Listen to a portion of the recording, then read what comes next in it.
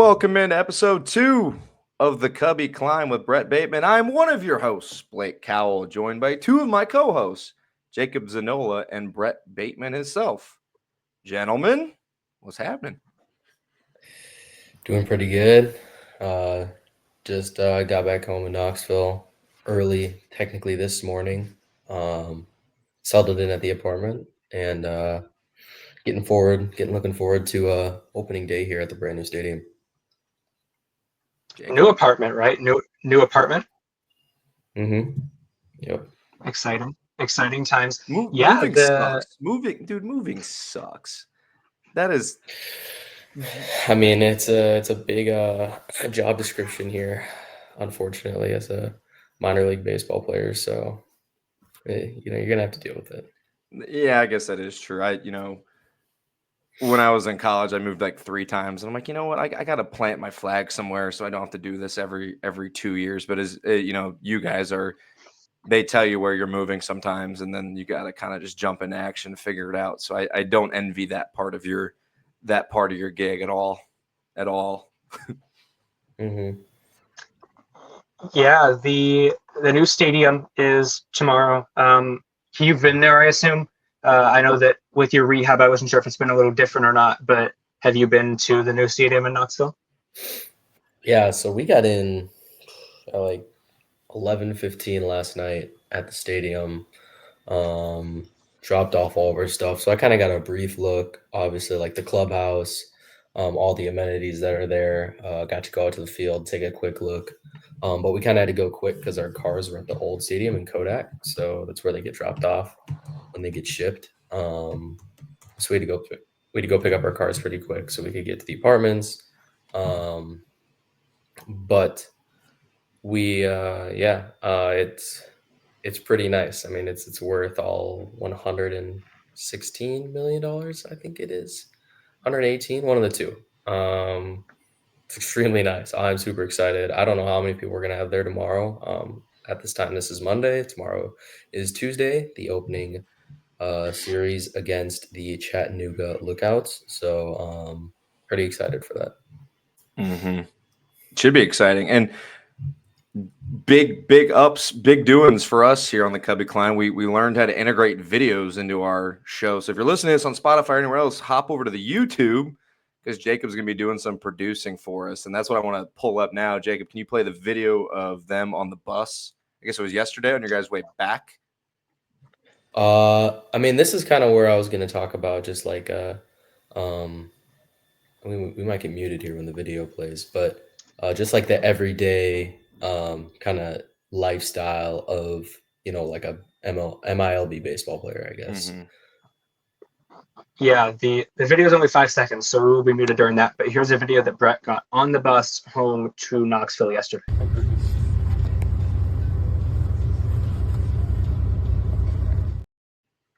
Yeah, so we get 2 buses. One bus is the quiet bus, one bus is the loud bus. On our way back home, one bus plays like games like Mafia, or guys like to talk a little more, and then another one is like for guys that want to just hang out, watch Netflix.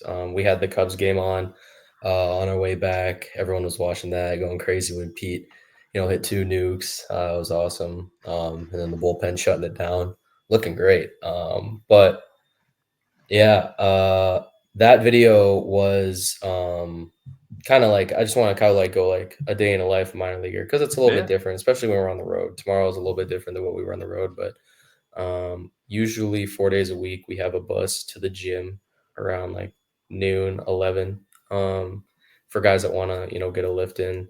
So that was a video of that, going to get a lift at a nearby gym. And we'll come back and then we'll go to the field. We have a little bit in between time. But yeah, on days where like I didn't play on Sunday, so I had a lot of off time just to kind of like hang out and be at the field. But yeah, usually get to the field, have a hitters rally, talk about the pitcher that we're gonna face, hop into cages, do a little stretch after cages, play catch, a little bit of defense, and then on field BP. And then after that, it's usually an hour before game time. So we get an hour just to hang out, recuperate, play some cards, and then get ready for the game. Well, I have to ask the For question now. I yeah, have go to ask ahead. the question now. What bus were you on? The quiet or the loud Yeah. one? Are you Uh, do you jump back and forth, or do most of the guys pick one and then they're kind of like you kind of expect who's on that bus, or is it just whatever you're feeling? yeah, I was on the quiet bus. That was mostly just because I was pretty tired and I just wanted to hang out. But I Mhm. usually am more of a loud bus type guy. Get on the bus and play some Mafia with the fellas.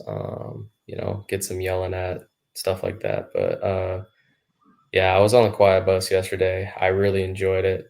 But we were pretty loud watching the Cubs play. I didn't even know that we had it on until like I sat up because I was like laying down horizontal, like because Mhm. we have a lot of space on two buses with only like 20 some guys.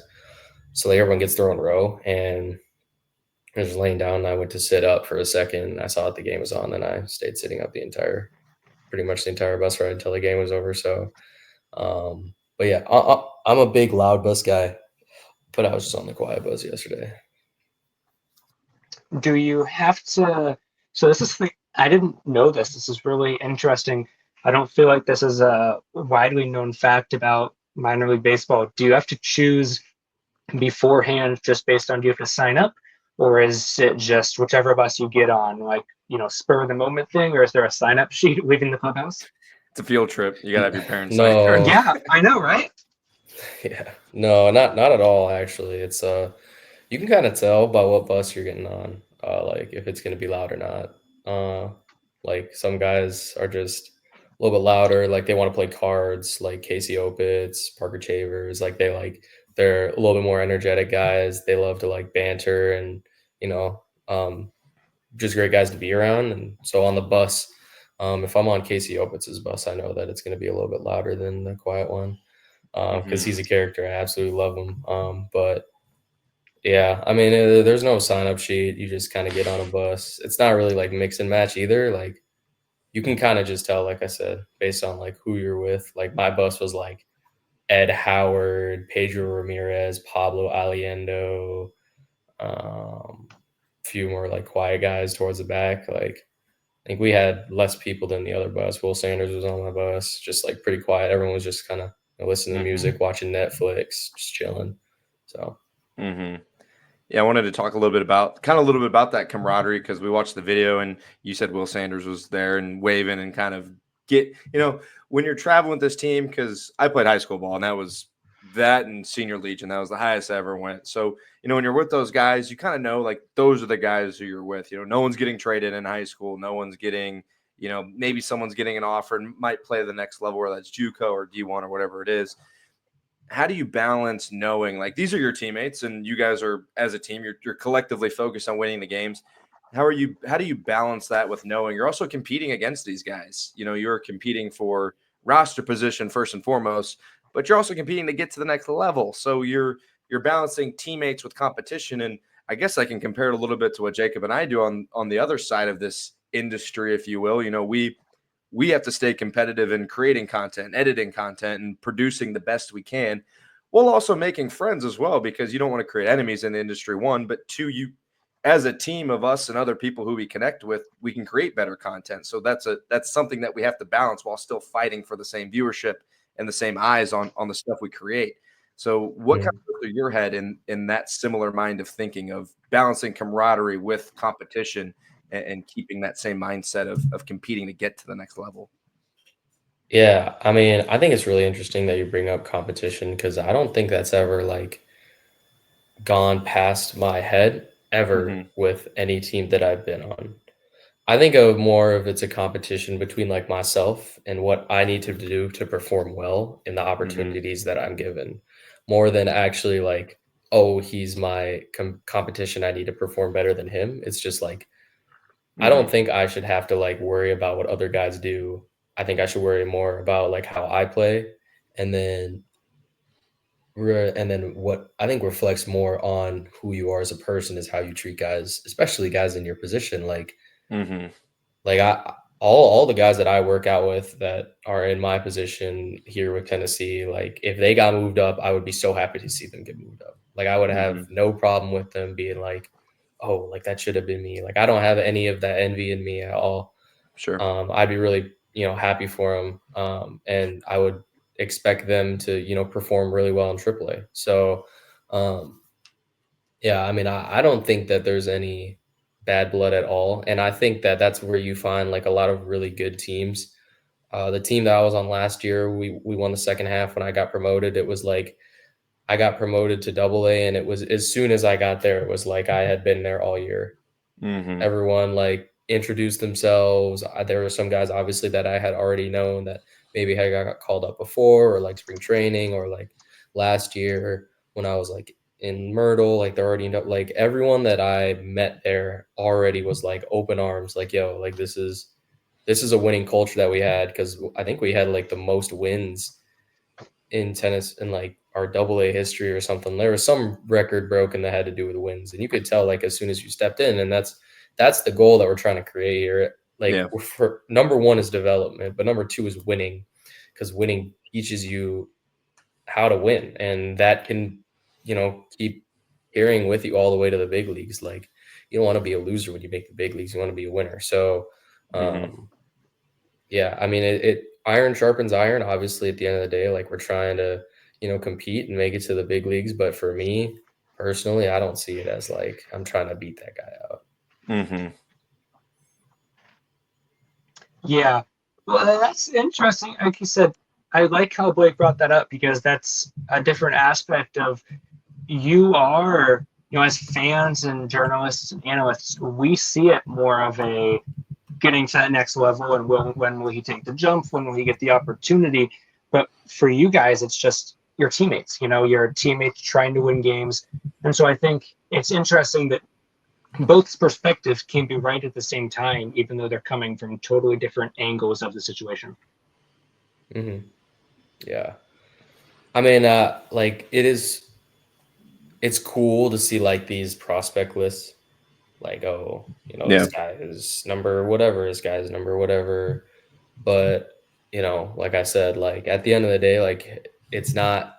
My dad always told me this. He said, "Don't believe in the hype," and the hype is like, top prospect lists, media, what people say about you. Like, who you are, what you need to get done. At the end of the day, you need to do your job. So you shouldn't have to worry about that. And you need to do more to make your job look easier, or make yourself better to make it look like your job is really easy when I play, or when I have a job that's extremely hard to be consistently good at. So you shouldn't have to worry about like that media stuff. And that kind of goes hand in hand with the guys that are next to you in the locker room and on the field. So again, it's kind of like I will always support my guys. Like I want to see every single guy, even if they're at my position, my competition, I want them to succeed, because I know if I was in their position, they would do the same thing. So it goes hand in hand, and that's how you breed that sort of success and championship team. Yeah, no, that's a good answer. And especially speaking from like the Cubs farm perspective as well, and you kind of like that radiates, and that people can feel that energy, because I mean, at large, you have to think somewhere in the minor leagues there's a team that conflict is on the team somewhere, right? Because there's bad apples everywhere. I mean, let's be honest, from any profession, from any line of work. So it's cool to see like you're speaking from the Smokies perspective of how good you guys have it as camaraderie, and how good you guys are as teammates, and how you guys just want to win. And like you said, hopefully that breeds or trickles down or trickles up, I guess, to AAA. And as we're seeing at the major league level, Cubs are hot. So, I mean, it's a structural thing. It's an organizational thing. And, we talk about it, there might be a team somewhere that struggles with that, but I was curious about the mindset. So, I mean, obviously you have a good mindset about it, and it seems like all your teammates do as well. So very cool stuff. Yeah. And I am curious your thoughts on the sort of the same aspect of getting promoted or getting demoted, stuff like that, traded, etc. I asked a coach, I believe Kevin Graber. I don't know if you've worked with him, but I talked with him last year on my podcast. and asked about the challenges of the team changing so often compared to the major league level. Because the major league level, you have your guys. Sure, there will be some changes. Most of it's going to be the same. Do you find it more maybe fun because you get to meet more people? That the team does change so much throughout the year because you're having more promotions and demotions compared to sitting on the major league level. You have the same guys. And he talked about the joy of getting to know more players, getting to make those connections. I wonder if you have a player aspect of, you're not always going to be playing next to the same guys because of all of that changing and the round robin of the minor leagues. Yeah, no, I mean, that's a great point. I mean, I would say that for the majority of the year, you actually are obviously, unless if you yourself get promoted, then that's a totally scenery change. But if you're in the same spot, I would say like 50%, especially the higher you go up. Like it's a lot harder to move up when you're higher, right? So like double A and above, I would say like the majority of the guys that if I were to be here all year, I would probably be with them the entire year. Like there would be more people moving up even than moving down, in my opinion. I don't think a lot of guys would get sent down to low A. I think if anything, guys would get moved to high, or they get injured, and then you get guys moved up because that happens, unfortunately. But yeah, I mean, I think what the Cubs do really well is they find guys that have really good personalities and like are like really mature. And so you can throw a guy like even a lot of the Latins are very mature. Like Pedro Ramirez is unbelievably mature for like being 20, 21 years old. Like probably and not like he doesn't speak a lot of English either. Like he's a very minimal English speaker, but he just has that maturity of like almost like the feel. Like everyone knows, oh, he has no feel or he has feel. And like people and having that feel makes it a lot easier for guys to move up, move down, and get to know other guys. Kind of just like guys kind of like to hold to themselves, and then as soon as they start to get to know guys, they kind of expand outward, and that's how you get a sort of respect, I guess you could say. So, but to answer more of your question about like moving up and moving down, it's like a clubhouse kind of feel that you have. You have a few leaders on the team too, like usually older veterans that take control of the ship and like make sure that everyone does the right thing, especially new guys. This is how we do it. This is what it's like. If you need help, you can come to any of us. We're gonna help you. Kind of stuff like that. And it all starts with coaching staffs. And I'll tell you right now, guys, we have the best coaching staffs at every single minor league level, in my opinion, in the MILB. You want to talk about managers that just like understand not only the game but understand like players from like how they're feeling perspective, being open to talk, talking about the game. Like there's no one that's like no managers that I would say, oh, this guy's here and the player's here. Like they're always here, and that goes along with the hitting coach, pitching coach, like everyone. So we had a guy last year in South Bend, our bench coach, Kyle Moore, call him KMO. He's the AAA bench coach now in Iowa. Unbelievable dude. We just got him from the Orioles, I think last year, and he came over. Unbelievable dude.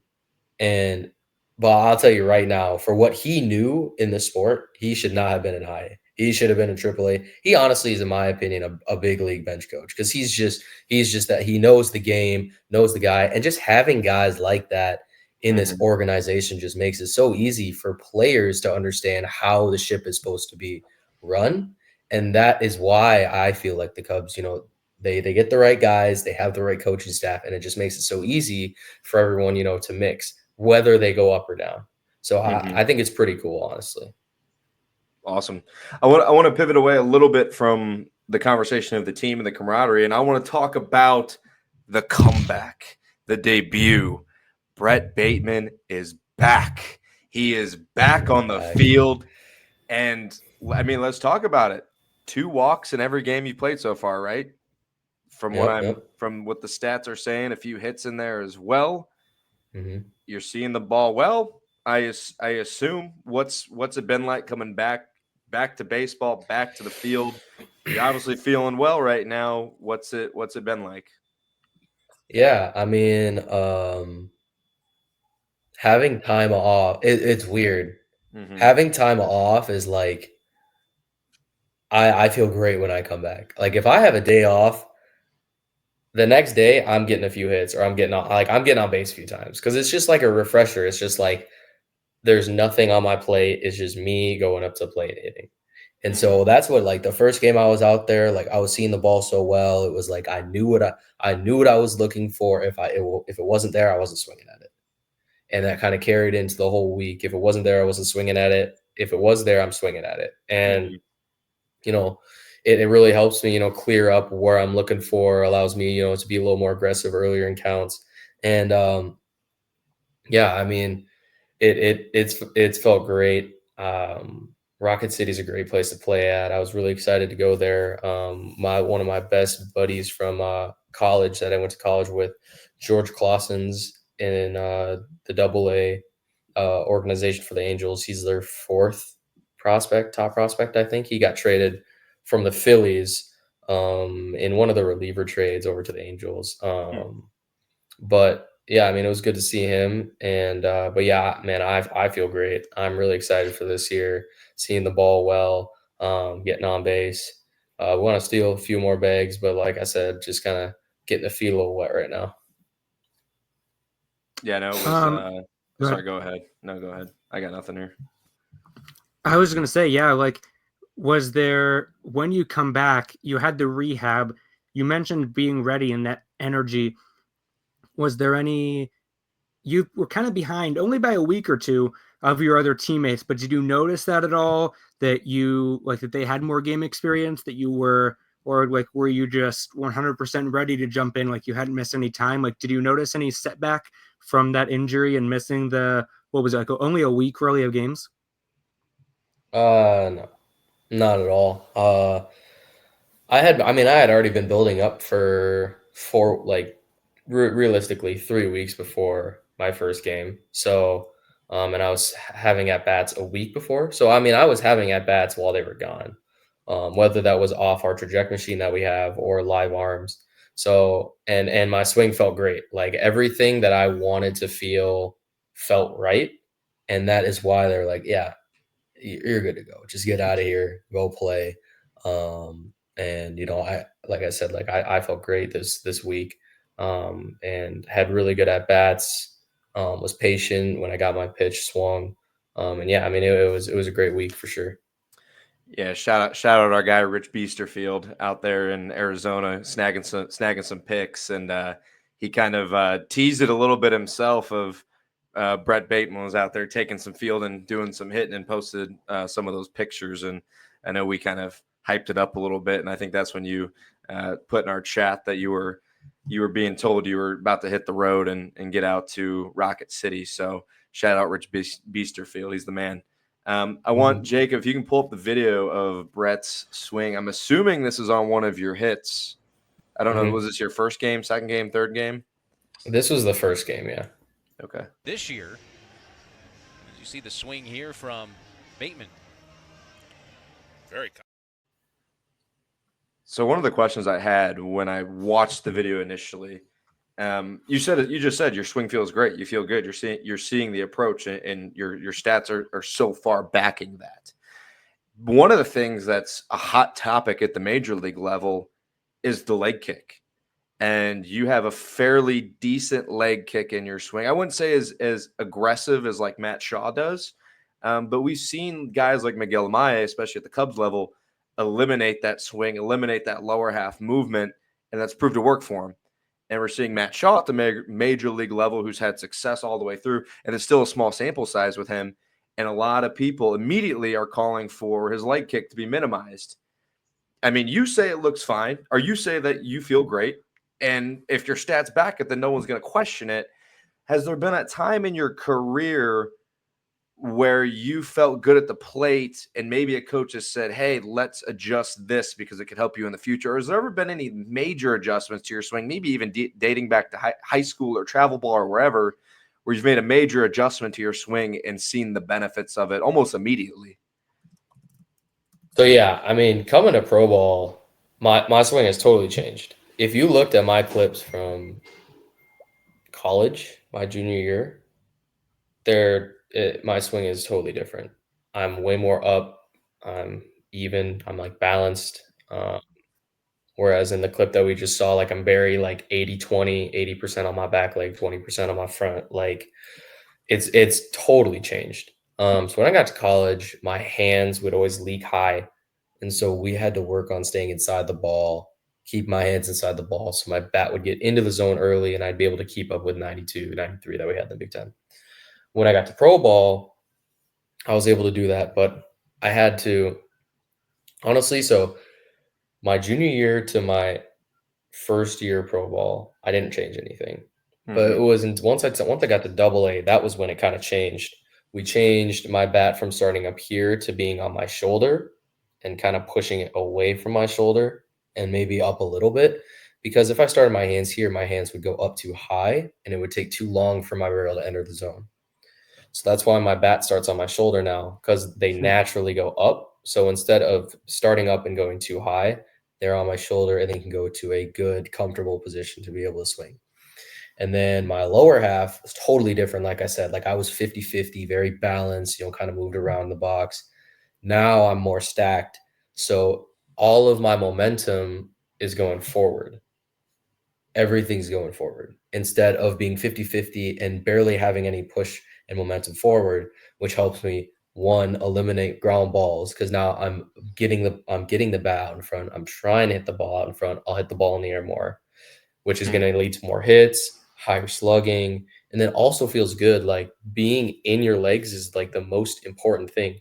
And that's why guys do leg kick, because they get into their back hip, they get into their back leg, and then they can push forward and get their barrel out in front. And everyone's different, right? So for me, I needed to hit the ball harder. I need to swing and miss more, technically. Obviously, we don't want me to swing and miss more. But the idea behind it is you can take a little bit from your swing and miss because your contact's so good. You're really disciplined, like 95th percentile. Like you don't chase, you don't strike out. So why don't we take away from that and put it into your power, where now we want you to hit the ball harder. We want you to do more damage. You can take a little to get a little, and you can, do a little bit more damage. And that's when you're going to see the OPS higher, right? So that is kind of the general idea for me. Now for Amaya, maybe, I don't know, I can't speak for him. I don't know exactly, but maybe the idea was, let's say a guy's a big leg kick, he's striking out a lot. Well, let's eliminate the leg kick. And he's a bunch of pop, right? Amaya's strong as hell, right? He's got a bunch of juice. Oh, yeah. So the idea behind it would be, let's get rid of the leg kick, but you're so strong that you can get away with it. And now, instead of striking out or not hitting a ball in the outside corner, you can get there because your timing's better. So it's kind of like give a little to take a little, or give a little to get a little, right? So that's kind of what it is all about. And so you kind of got to find that even balance. And it's always a world of constant adjustment, right? So maybe someday Matt Shaw will get rid of the leg kick and he'll give a little of the leg kick to get a little bit more contact back. That's what it's all about. And that's why the best hitters are always adjusting, always making movements, even pitchers too, right? They're always trying to figure out how to get better, because they're not always at their best. They're always trying to get better. So yeah, that's kind of the whole idea behind like the leg kick is, if you were to look at my two strike swing, my leg kick's a lot shorter too. And I don't even try and do that, but that's just how it is. It's just a lot smaller. So then I'm able to, cover a little bit more ground, just try and put the ball in play, still trying to do damage if it's where I'm really looking for it, but it's more of being on time and get the barrel there.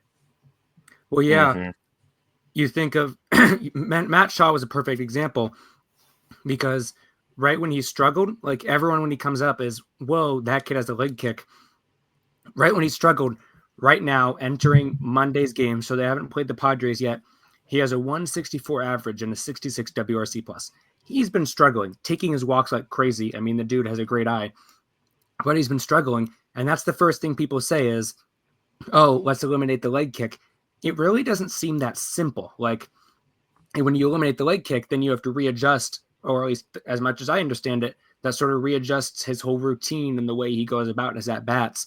So at least from my perspective, it seemed like it would be more complicated than just, hey, stop stop with that massive leg kick that he's sort of done a signature. And also, that's not always the fix. I'll use him as an example. Again, he tore up the minor leagues. So you have to think at some point it may not be the leg kick. Maybe he's not seen the ball well. Maybe the pitchers are just more ready for him game plan wise. But the fans that say, get rid of the leg kick. No, but the leg kick got him here. That's what's his signature. He's crushing the ball throughout the minors. The leg kick is clearly working. We can't just get rid of that because then that could throw him off his game. It could work like it did for Amaya, but then you risk putting him into an even worse spiral than the struggles that he's already having right now.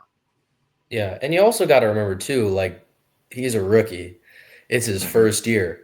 Like, he's played in however many games. They played like 20 games, and he hasn't even played all of them. He's played in like 15, like 3/4 of them. Not even. Yeah. Maybe less than that. And like everyone's assuming like he's not going to come in here and hit 10 homers in his first 10 games. Like, Brett, he's a 23-year-old first round pick. Look at Cam Smith too, right? He's not hitting great. He's hitting all right. He's doing well, but like, you guys got to realize that like this is freaking baseball. Like, the best hitters in the world hit 200 some years or 240. Like, it's the hardest sport in the world, guys. It's one of the most skillful required sports in the world. Yeah. Brett, you don't understand though. When you're on Twitter and you're watching the game, you need a home run every time from these guys. Yeah. This is us learning about you, but this is also you learning about the meathead Twitter fans like us. So no, don't worry. I mean, I see them all over Twitter, and some of the takes are funny, like because like from a player perspective, like I understand, like. If we could score 15 runs a game and the opponent scores 0, everyone would go home happy because we scored 15 runs, we gave up 0 runs, and you guys get to see us beat the absolute crap out of a team, right? Then everyone goes home happy, but that's not realistic, right? So someone's always got to get mad, unfortunately, whether that's our team, our players, our fans, our opponent's fans, our opponent's team. But at the end of the day, I mean, when it comes to change, and I'll tell you this from like knowing Matt Shaw personally, guys, he's going to figure it out. I'll tell you right now, there is no doubt in my mind that he's not going to figure it out because he is one of the most like calm and like collected guys that I've ever met that like has so much pressure on him. You know what I'm saying? There's so much pressure on him to be good, and he handles it amazing. And that's how I know that he's going to succeed. Because he handles it the right way and he doesn't worry about it. He doesn't blame it on other people. He just goes, he just gets the job done when he needs to. And right now, it's bumpy. It's the big leagues. He's trying new stuff and you guys don't even notice, right? So like that's just how it is. But I know my guy's gonna figure it out. Well, I will ask, you mentioned his determination, and that's what we've heard, especially as I talk to different scouts and people around the game. One of the main Cubs prospects they mention, work ethic-wise, is Matt Shaw. They say it doesn't matter, exactly like you said. If he has struggles, he'll get out of it. Like it's a matter of when, not if. That work ethic. He has been very vocal about he doesn't have social media. He doesn't do any of that. There's some players that aren't ever on social media, and then there's players like you, Justin Turner, on the major league team. He's posting like 85 Instagram stories a day. He's always on there. I mean, it's so fun to watch because he's kind of documenting his life as a Cub. How do you balance being on social media? Because it's 2025, like, kind of life in a way revolves around that nowadays. How do you balance the negativity on Twitter, but also the good, the many positive aspects that do come with social media? Yeah. I mean, like I said, this kind of goes to like the don't believe in the hype that my dad always told me about. Obviously, like there's a few different categories of looking at social media to try and make yourself feel good. Look at social media to try and like learn, and then look at social media to try and create. And like even social media for players is like looking at your stats, man, or like looking at other people's stats. Like that's a really dark hole to go at, like finish a game and you immediately look at your stats. Like I know a lot of guys that do that. And I feel like if you start doing that every single game becomes like your last. And so it's cool though, because like I can connect with you guys, I can connect with fans, but like I said, it's like a double-edged sword. You got to know how to use it to be able to use it correctly. And I've always enjoyed social media. I think it's pretty cool. I think it's cool to see what people are up to, what they're doing, share stories, connect. But yeah, I mean, I think it's really cool, but at the same time, you gotta be careful because, especially what you say online, you know, even me being on here is kind of a big step. I've had talked with a few of like Cubs social media team people, just be like, yeah, you know, okay, be careful about what you say. But at the same time, they're also like, go do it. Like this is your career. Like this is your opportunity to try and connect with fans, and this is something that, you know, if it goes in the right direction, and like you might, you know, gain a lot of followers. And not only that, but you're also going to help the team gain a lot of followers, because this is, again, something that's never really been done before. Yeah, no. well, and I was going to sorry, real say, quick, go ahead. See, we're working on our team building too. You know, we got to build our camaraderie as a team as well. That's the steps of a podcast. Yeah, you know, you mentioned this Cubs social media team reaching out and giving you that free will to go do it, or like giving you, like, encouraging you to do it, because like we mentioned when we started, like we want to spotlight you, we want to spotlight the team. And I know as I've grown older, I've gotten more interested in the minor league teams, because that's the stepping stones to how the major league team becomes successful. Because in an ideal world, the Cubs team, the team that most people follow and most people watch, is built from the minor league system. I mean, you see like the Dodgers, like, of course they have their superstars, but they get those superstars sometimes because they've built such a good farm and built that good culture. And then you've seen other teams like the Cardinals and the Brewers have their big stints of success from their development and from their farm. And you've seen since kind of 2021, since the Cubs traded away all of their cornerstone pieces from the golden era, if you will, they've emphasized more of producing from the minor league level. And now we're seeing with guys like Matt Shaw and PCA, and then some of these other guys as well in AAA, that are getting a lot of that top 100 spotlight that you're expecting them to develop in the future. So it is nice to see the team also see the importance of social media and see the importance of like connecting fans to the team to kind of grow their the affinity towards the players as they move up as well.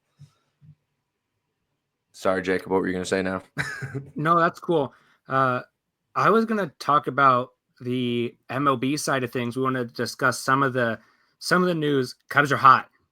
Cubs are really hot. We talked with Brett last night on our Twitter space, and then he mentioned watching the game. But is especially knowing some of these players, is it like PCA? Did you ever play with PCA? I want to say you did, but can't remember for sure. I mean, I was in big league camp around him, so I got to work out with him a little bit for a short time before I got hurt. But I've actually never like played in the minor leagues with him.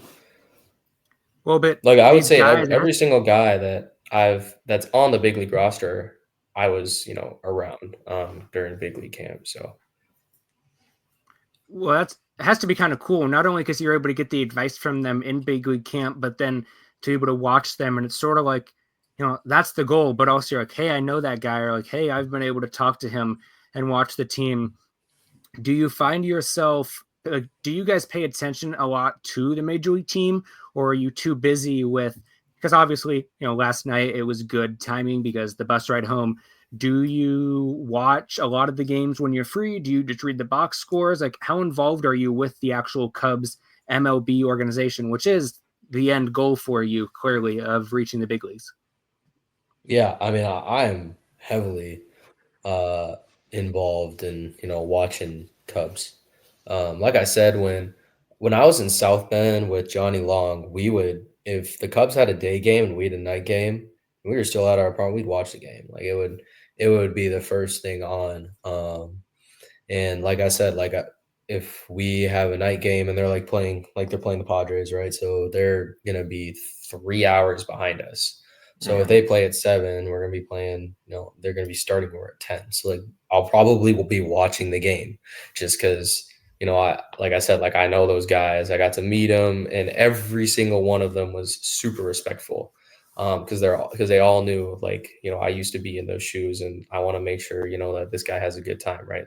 This minor leaguer has a good time. So yeah, I mean, I'm always checking the box scores, seeing how guys are doing. And yeah, I mean, I would say, like, I'm definitely a big Cubs fan when it comes to watching the team, for sure.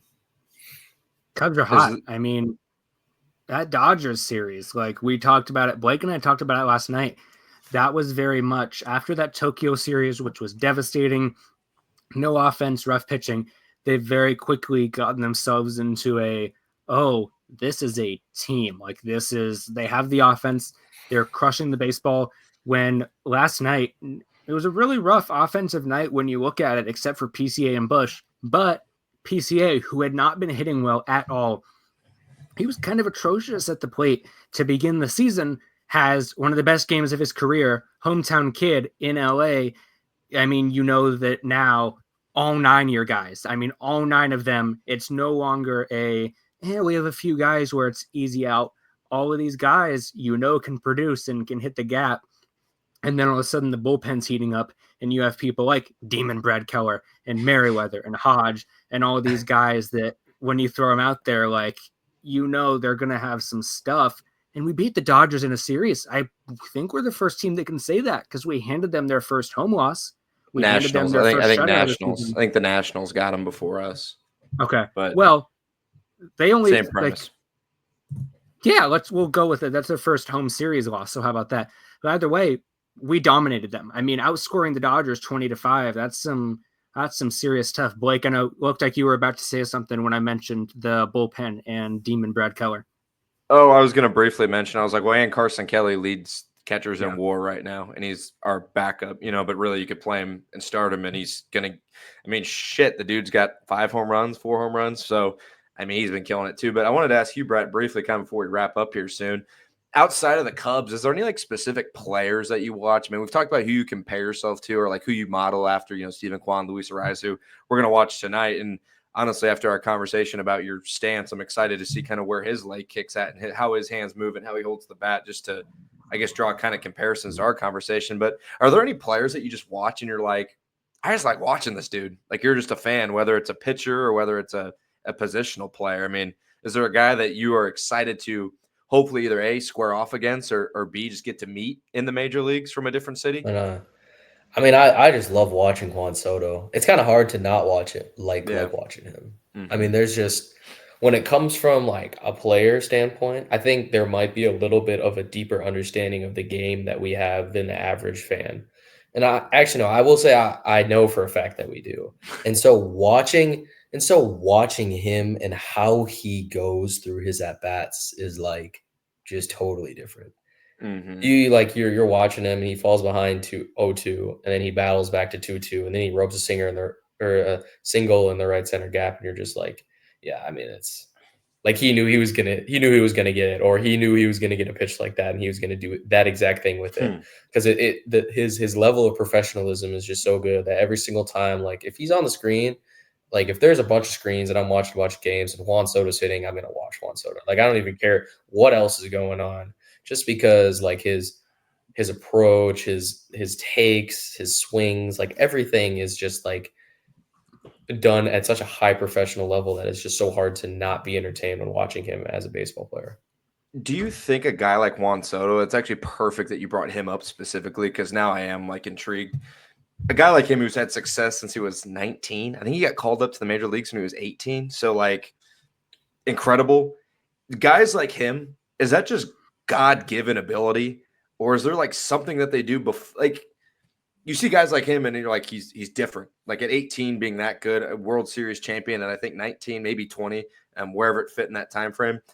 Do guys like him have some certain development before, or is it just like some people are just born to be that good at baseball, do you think?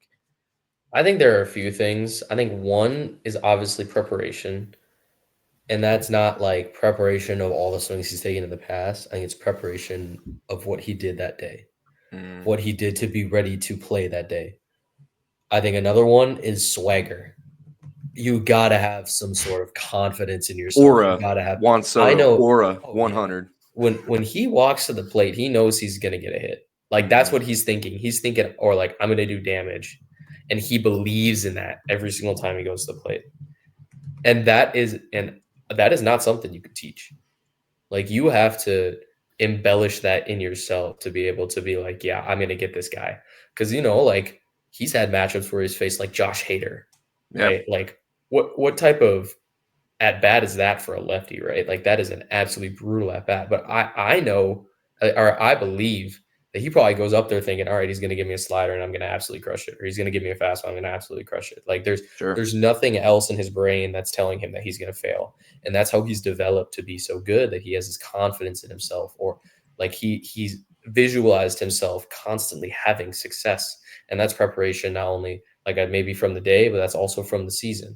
But it all comes back to what he does before the game to be able to perform at that moment. And that's how I believe he's done so well, because he's had success at the young age. So now it's just built up more and more that he's a born competitor, and he's extremely confident in himself. And that's all he needs, because he obviously has the physical tools, strong, really good eyes, right? But it all comes back to mentally, like, if you strike out twice, are you going to be ready for your third at bat? And I know he will be, because that's why he's getting paid so much, and that's why he's one of the best baseball players in the MLB. Yeah. So go ahead, and then I have one last question once you wrap up this segment. I apologize. No, I have nothing. I was just going to comment. It was an interesting perspective because, like you said, I mean, the dude's been doing it since 18. So kind of similar to our Matt Shaw conversation, even like PCA, like getting off to that hot start can propel you. But we've also seen other guys who are highly touted come to the major leagues, can struggle, get sent down, and they never come back. So in my head, it's like Juan Soto gets to the major leagues, crushes it, one of the best baseball players in the league today, and maybe even all time if you start stacking numbers and resumes against each other, and it just propels them to what he just got paid and propels them to stardom. So interesting perspective. I love the answer there. So Jacob, whatever you got, and then we'll kind of put a bow on this thing, wrap it up. Yeah, no, Cubs game does start pretty soon. We got to face Dylan Cease, who I saw some stats. He's kind of killed the Cubs. So revenge, obviously, after we traded him. I was going to ask, you mentioned watching the game like tonight, the late game, and this is more of just a personal question that I'm curious about. Is there a certain benchmark sleep-wise? Sleep is very important. I can wake up, I can get 6 hours of sleep, and then will I be productive? No, but I'm there. I walk into work. Everyone knows that I just woke up, and I'm kind of just drudgy. You can't do that because, you have to perform, you have to be ready. Is there a certain amount of sleep that like you shoot for every night, or like how do you make sure that you're well rested? Well, also, you want to have fun and be able to stay up and watch those games, go out with friends, just hang out with teammates, etc. Yeah, I mean, it's usually 8 hours is my benchmark. Okay. I actually usually can't sleep past like 9 for whatever reason.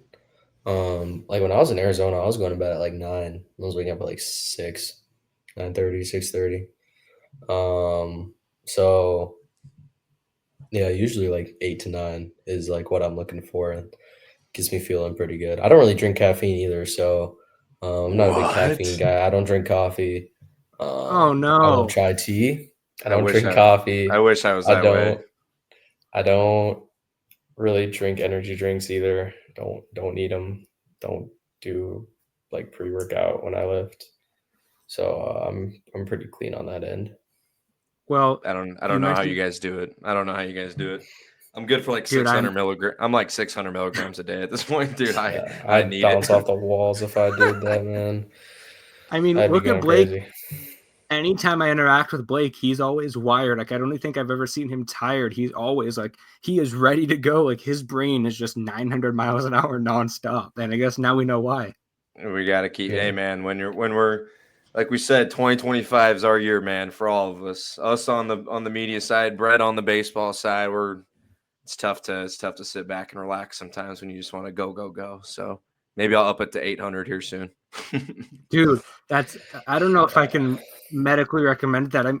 Brett, you mentioned going to sleep at 9. Like, that's incredible. I don't know how I go. I mean, my coworkers are all going to sleep at 9 to 10, and I'm up till like 12. I can't fall asleep before 11:30, 12, and my sleep schedule is horrid. I'm willing to admit that, but That's, I don't know. I sleep in. Like, I can sleep in all day. I could sleep for the next 24 hours if I needed.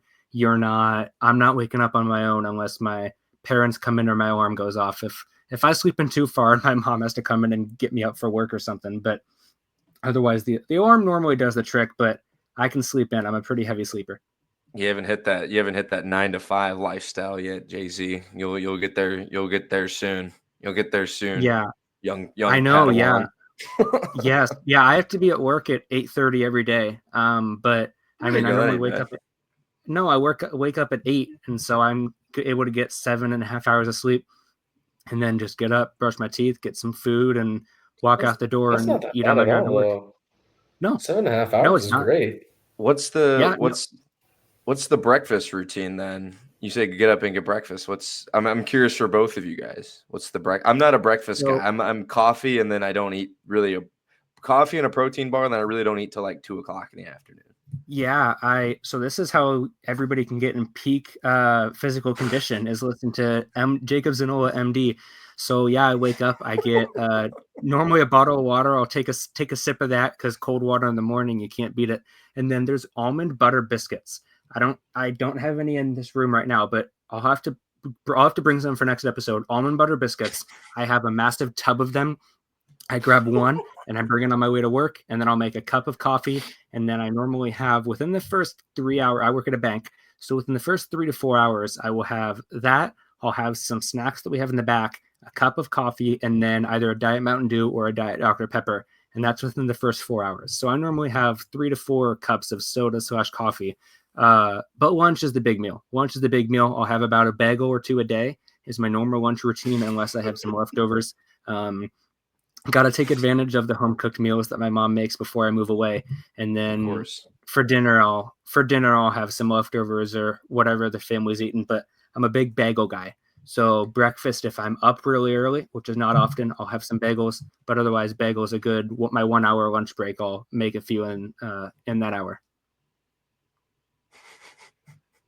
Brett, So Brett, if you want to get really healthy, Brett, like that's what you need to do. You need to get those almond butter It'll make you biscuits. feel really bad, say man. what's the Brett Bateman breakfast routine? Wake up, 6 eggs and an avocado and a banana and call it a day. That's how we get Not that even gonna slug. That's how we lie. get that slug up. That's how we get that slug up. You gotta That's eat 6 literally meals it. Like or it's 6 it's eggs. like 6 eggs, 6 eggs, an avocado, banana, and like you said, I only drink water. I don't drink soda. So I can't remember the last time I had soda or pop, whatever you want to call it. I Do you don't have drink it. flavored If I go water at to all? No, just water. If Okay. I like honestly, like if I go to a restaurant and like I get a meal, like if I were to go to Cane's, like, oh, what do you want what do you want to drink? I go water. They go, huh? Something like that. Like I don't drink soda at all, so you will never see it in my fridge. Yeah, I was a water guy for the longest time too, like water only. But now with all the Diet Coke Zeros, Diet Zero, Diet everything, I'm like, you know what? I like the taste still. But either way, that's neither here nor there. We're running close to our hour mark, so that was episode 2. Episode 2, we got a full slate of games this week, right, Brett? In Tennessee, homestand begins. We do Chattanooga, the Reds, so see how it So goes. there we go, and you can catch Brett all week. Is there a way to stream? You can buy MILB TV, right? Okay, so Yep, you can buy MLB TV, yeah. there we go. Catch Brett Bateman all season on MILBTV.com. So appreciate you guys hopping on again. This is a bi-weekly show. We'll see you all in 2 weeks. Thanks for listening. You can see this on YouTube or wherever you listen to your podcast. Follow Cubs Insider. Follow me. Follow Jacob. Follow Brett. Catch us all season long discussing the Cubs and everything in between. That was episode 2. Thank you for listening. Take it easy and peace. See you guys.